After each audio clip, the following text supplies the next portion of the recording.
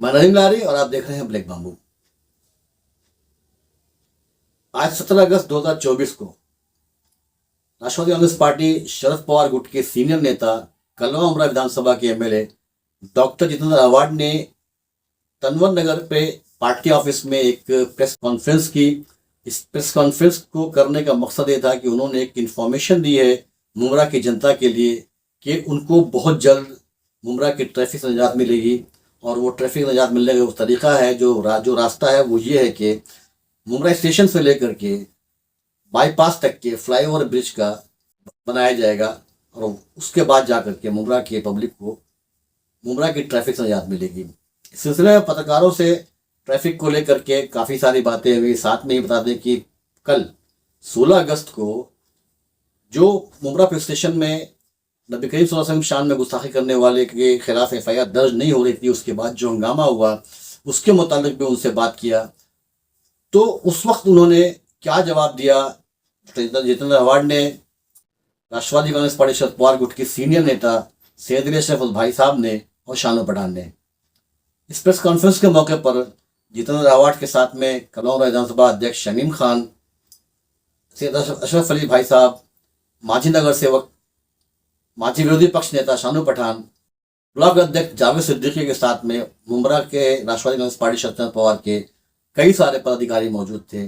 आइए देखते हैं कि प्रेस कॉन्फ्रेंस में किस तरह के सवाल किए गए और क्या जवाब दिए गए। ऐसी तमाम अपडेट्स के लिए हमारा चैनल ब्लैक बाम्बू में सब्सक्राइब करें, वीडियो को लाइक और शेयर करें। 2021 से हम लोग एक काम के पीछे पड़े थे, उसकी चर्चा हमने नहीं की थी। वो है स्टेशन से सीधा वाई जंक्शन तक एक फ्लाईओवर बनाना ताकि ट्रैफिक का सवाल हल हो जाए। मैंने पिछले हफ्ते में नितिन गडकरी साहब के साथ 3 घंटे की मीटिंग की।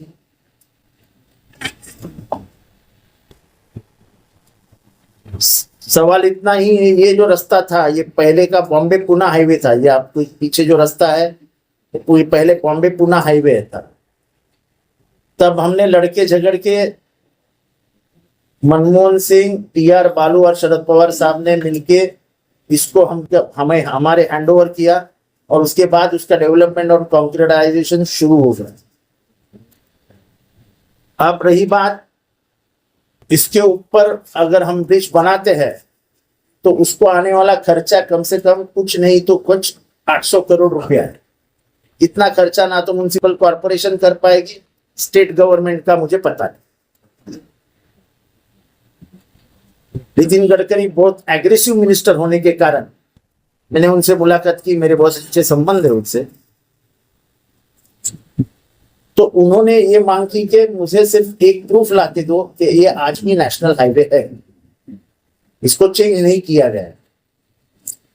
हमने कामड़े नाम के ऑफिसर से अब भी बात की, मैं आते आते बात की तो उन्होंने बोला कि मंगलवार तक आपको सब डिटेल्स मिल जाएंगे कि ये नेशनल हाईवे ही हमने रखा है, सिर्फ मेंटेनेंस एंड डेवलपमेंट के लिए हमने वो थाना म्युनिसिपल कॉर्पोरेशन को दिया है।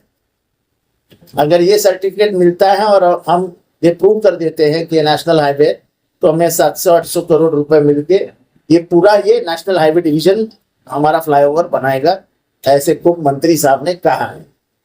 मैंने मुख्यमंत्री शिंदे साहब को भी लेटर लिखा है कि अगर वो नहीं होता है तो आप पैसे डाल के हमको ये हाईवे बना के दीजिए, नेशनल हाईवे का ये पट्टा बना के दे दीजिए, और फ्लाईओवर बना के दे दीजिए ताकि मुमरा के ट्रैफिक की समस्या हमेशा के लिए खत्म हो जाए। अभी एक रास्ता बन रहा है, वो रास्ता बन रहा है एमएम वैली से, आप देखेंगे तो एक रास्ता बूढ़ी कब्रस्तान के लिए जा रहा है।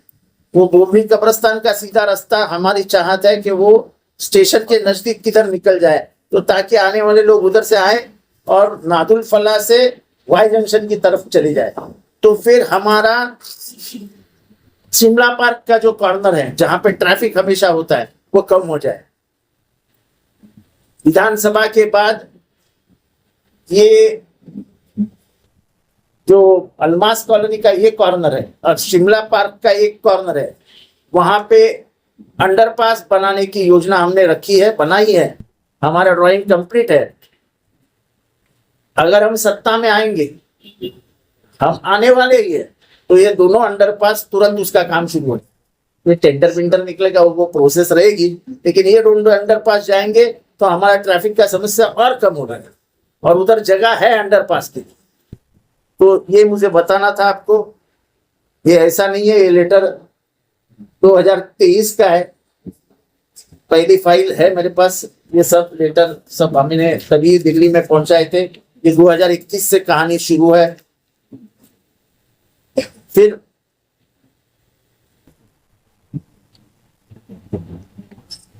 2017 में हमने लेटर लिखा था और हम भागदौड़ कर रहे थे। वो है एक्सटेंशन ऑफ ब्रिज। ये जो ब्रिज है हमारा जहाँ दाभोलकर के नजदीक, वो ब्रिज के दोनों बाजू बढ़ाए जाएं, ऐसे हमने मांग रखी थी। अभी शासन का उनको लेटर आ गया, शासन ने ही खर्चा किया है, रेलवेज ने खर्चा किया है। फास्ट ट्रैक बुक था। फास्ट ट्रैक बुक ब्रिज का दाभोलकर का जो है, हाँ वो फास्ट ट्रैक लाइन ही नीचे से। हाँ, तो उसको अभी स्ट्रेंथनिंग किया गया है नीचे, उससे उसको सपोर्ट देके स्ट्रेंथन किया गया है, क्योंकि वो कई साल पुराना ब्रिज है। तो रेलवे को उसको धोखा लग रहा था, तो रेलवे ने उसको, तो हमने कमिश्नर से मुलाकात की। उस दिन कमिश्नर से मुलाकात करते समय मेरे साथ शानू पठान था।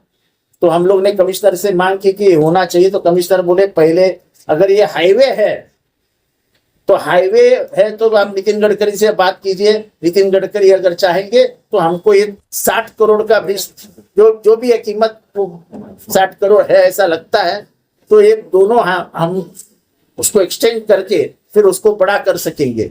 लेकिन अगर कोई नहीं करता तो जितेंद्र ये मैं काम तुमको करके दूंगा, ऐसे खुद कमिश्नर ने मुझे कहा। अभी मौजूदा कमिश्नर जो सौरभ, पिछले हफ्ते ही हमने मुलाकात की। ऐसे हंसते खेलते गए थे, लेकिन बातों बातों में ये सब सब्जेक्ट्स नहीं। ये क्या मैं हरदम में प्रेस कॉन्फ्रेंस लेके बताता नहीं हूँ ना कि ये कर रहा हूँ, वो कर रहा हूँ, वो कर रहा हूँ। तो अब आदत सी करनी पड़ेगी बताने की। लोग सीख रहे आप, हाँ, किसी से सीख रहे। हाँ, मैं बुद्धू था, मुझे नहीं मालूम था कि इतना सब बोलना पड़ता है। शिमला पार्क की जो स्कूल है वो, उसके ऊपर हमने पहले से बहुत नजर रखी थी। कंप्यूटर सेफ्टी के लिए हम वहां हमने ट्रॉली का इंतजाम। पहली बात बताता हूं कि इस मई महीने में जब उसके बाथरूम्स की हालत खराब थे, तब हमने 25 लाख रुपया CSR लाया, और वो CSR से पूरा हमने बाथरूम रिपेयर करके दी। पूरा ये बंद था, हमारे साथ टीचर्स थे और हमने वो बाथरूम अच्छा करके दिया। फिर उसका तोड़ हो गया, लेकिन बना दिया।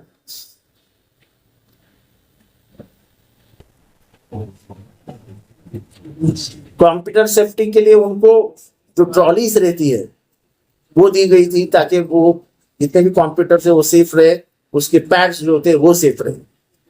फिर स्कूल को जैसे ही आप देखेंगे वहां आपको कुछ पुतले, कुछ रंग की वो काम वगैरह नजर आएंगे, तो वो भी हमने पीछे लग के करवाया था। पिछले 5 सालों से लगातार हमको तासिका शिक्षक मिल रहे हैं। जब भी हमने मांग की, उस समय के कमिश्नर ने हमको तब तक तासिका शिक्षक दिए। आज जो तादाद बढ़ी है वो 1921 से लेके 3-4, यानी 1920 से लेकर हमने लगातार 2020 से लेकर लगातार हमने वो शिक्षक लाने की कोशिश की है। 2007, 2006, 2011 और 2014 में लगे हुए शिक्षक, उनको रेगुलर पे स्केल देने का भी काम हमने किया है। जो उनको नहीं मिलता था वो रेगुलर पे स्केल देने का भी काम किया है। 2022-23 में 56 तासिका शिक्षक भेटले, तसेच 2021-22 मध्ये 48 शिक्षक आले होते। 2022-23 मध्ये 36 भेटले होते। या वर्षी 2024 मध्ये 25,49,49 तासिका शिक्षक भेटणार आहे, आणि परमनंट शिक्षकांची मागणी केली होती, ते पण 21 शिक्षक येणार आहे। समझे ना? 2024-25 में प्राइमरी 49, सेकेंडरी में 21, इंग्लिश मीडियम में 8। उसी स्कूल के बाजू में एक बड़ी लाइब्रेरी खुल रही है।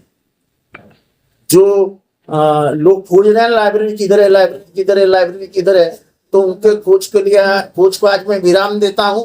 जिसको देखना है जाके देख ले, वहां लाइब्रेरी बनी हुई है, वहां रैक्स बने हुए हैं किताब लाने के लिए। लोग जो उनको उर्दू समझता है, जिनको साइंस समझता है, जिनको हिस्ट्री ज्योग्राफी, उन लोगों को अपॉइंट कर दिया है।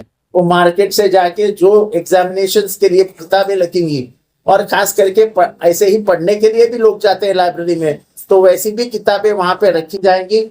कम से कम उसके लिए हमने 15 लाख रुपए का इंतजाम कर दिया है। 15 लाख रुपए की किताबें वहां पे लाके रख दी। और जब भी कोई न्यू रिटायर होता है, हम संघर्ष की तरफ से उसको एक बैग और कुछ सम्मान वगैरह करके उसको अलविदा कहते हैं।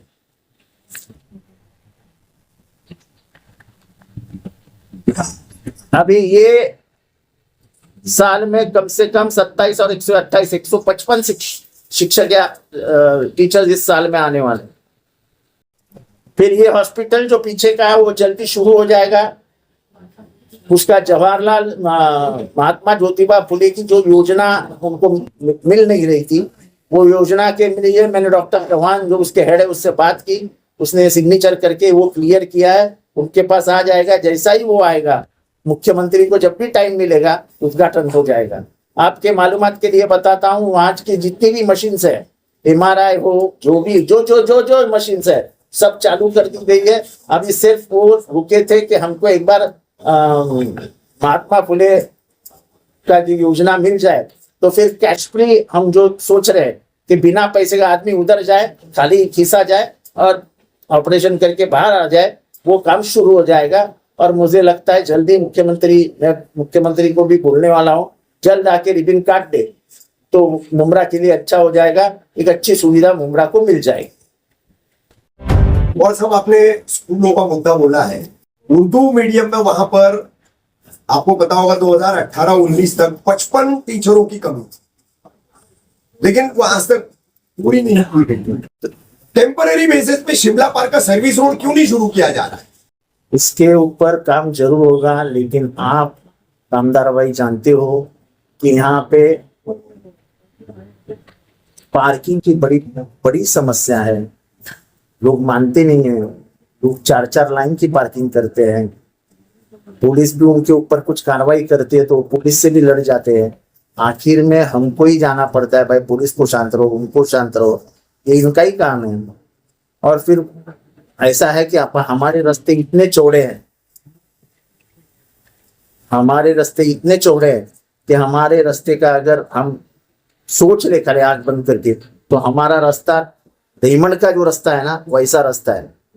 पर हम क्या कर सकते हैं? इस रास्ते पे 4-4 लाइन हॉकर की लगी हुई है, उसके बाद 1 लाइन गाड़ी की लगती है, और हम अपना 45 मिनट्स हम ट्रैवलिंग में वेस्ट कर देते।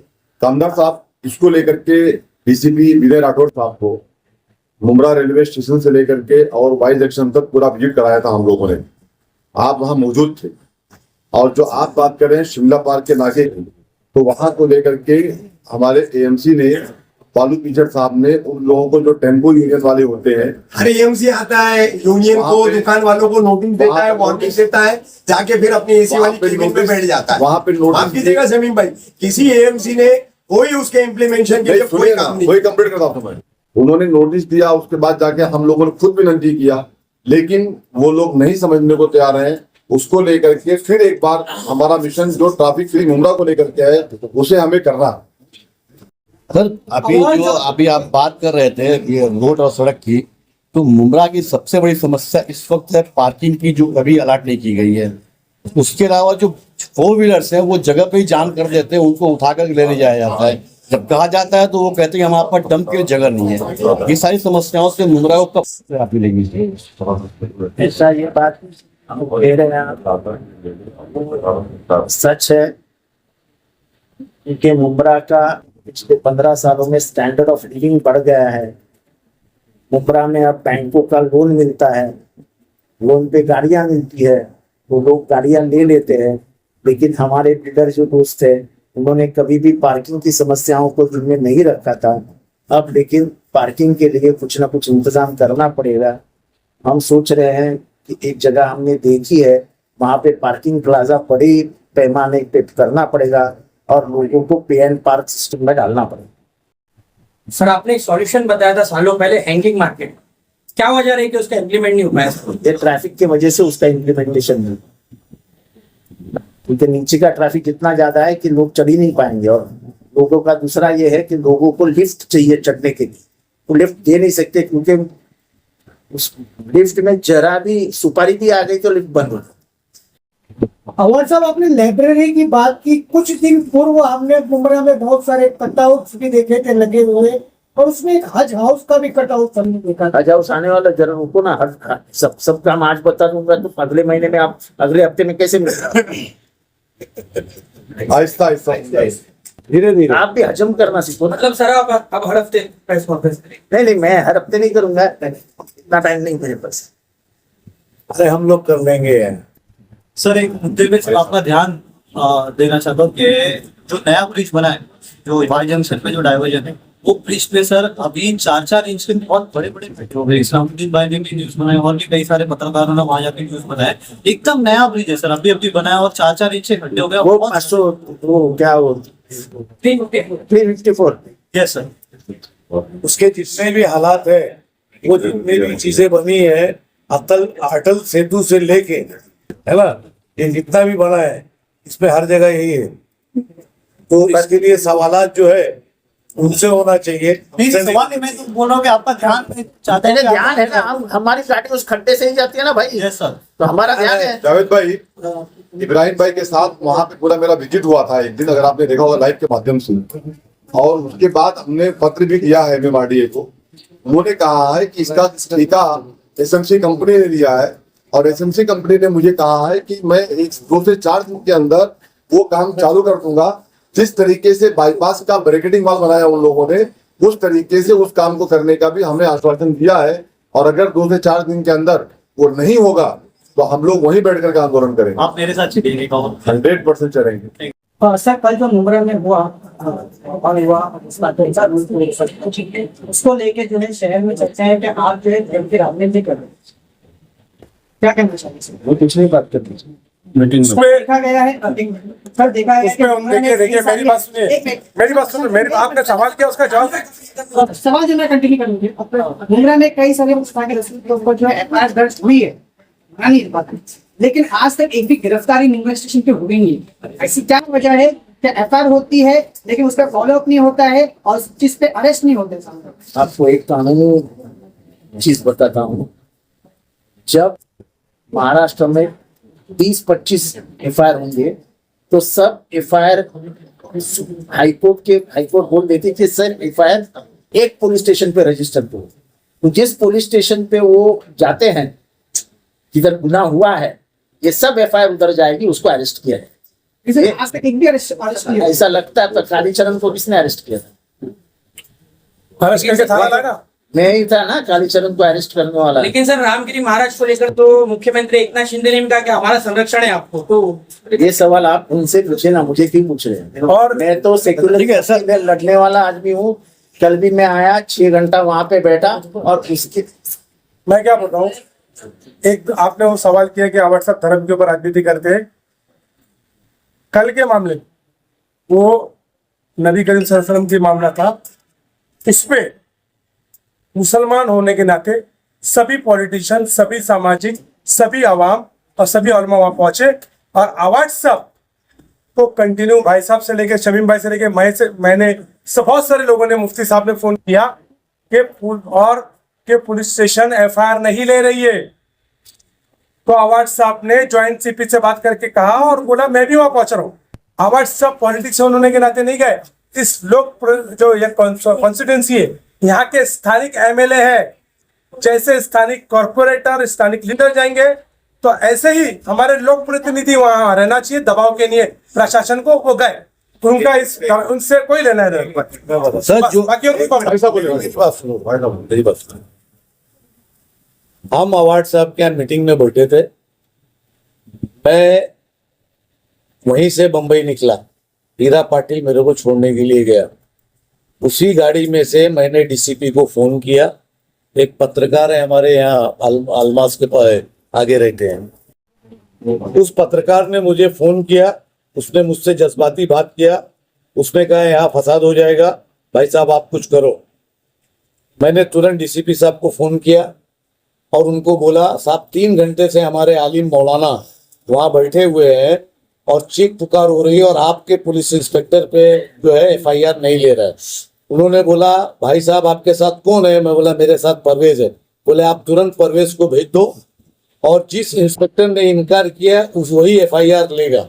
और उसके बाद 4 लोग शायद अंदर जाके एफआईआर हुई।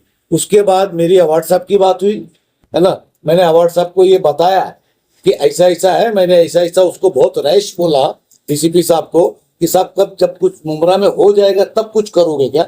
इलेक्शन इस ईयर है, हर आदमी राजनीति करेगा, राजनीति होगी, है ना। लेकिन मैंने वो पत्रकार को बोला देखो आप मेरे को ये रिक्वेस्ट मत करो, हम भी उसी रसूल की उम्मत में से एक आदमी है, हम भी है, हमारा भी फर्ज बनता है और हमने ये चीज किया। और उसके बाद मैं बंबई के रास्ते में था, मैंने यहाँ अवार्ड साहब गए, अवार्ड साहब गए, वो गए तो मेरा बट लेकिन जो भाई साहब सुनो तो जो रूडली बिहेव किया गया था इंस्पेक्टर द्वारा उलमा के ऊपर और जिस तरह से बात की गई थी, यहाँ तक कहा गया था कि आप पब्लिक में लेके आओ कि हम देख लेंगे। हेलो, मुझे सब उलमाओं ने ये बात बताई है। उनके खिलाफ एफआईआर के लिए बोला गया है। मेरी शायद अवार्ड साहब से ही बात, मैं खुद कल कमिश्नर से बात करने वाला हूँ। मैं उनको कहने वाला हूँ कि सीसीटीवी कैमरा चेक कर लो। किसी एक एफआईआर को 8 घंटा लगना, ये मेरे तो समझ में नहीं आ रहा है और उसी वजह से माहौल खराब हुआ, वरना वो हो जाता था। पिछली बार जब ऐसा हुआ था, इनको मालूम है, पिछली बार जब ऐसा हुआ था नहीं अभी 2 महीने पहले उलमा बाहर खड़े थे तो मैंने उलमाओं को बाहर देखा तो मैं अंदर गया तो कुछ ऐसा ही मामला था। तो मैं तुरंत वहां बैठ के पहले एफआईआर रजिस्टर करवाया, उन उलमाओं के हाथ में एफआईआर दे दिया और मैं उधर से निकल गया। ये एफआईआर अगर कल तुरंत हो जाता तो ये सब नहीं होता था ना। ये सारी मिसबिहेवियर, ये सारी अजीम पत्रकार को एफआईआर दर्ज करने के लिए इतना इसको पूछो आप। अभी वो हम कल हम कमिश्नर साहब को मिलने वाले हैं। कमिश्नर साहब कल हम कमिश्नर साहब से मिलने वाले हैं और ये बात को रखने वाले हैं।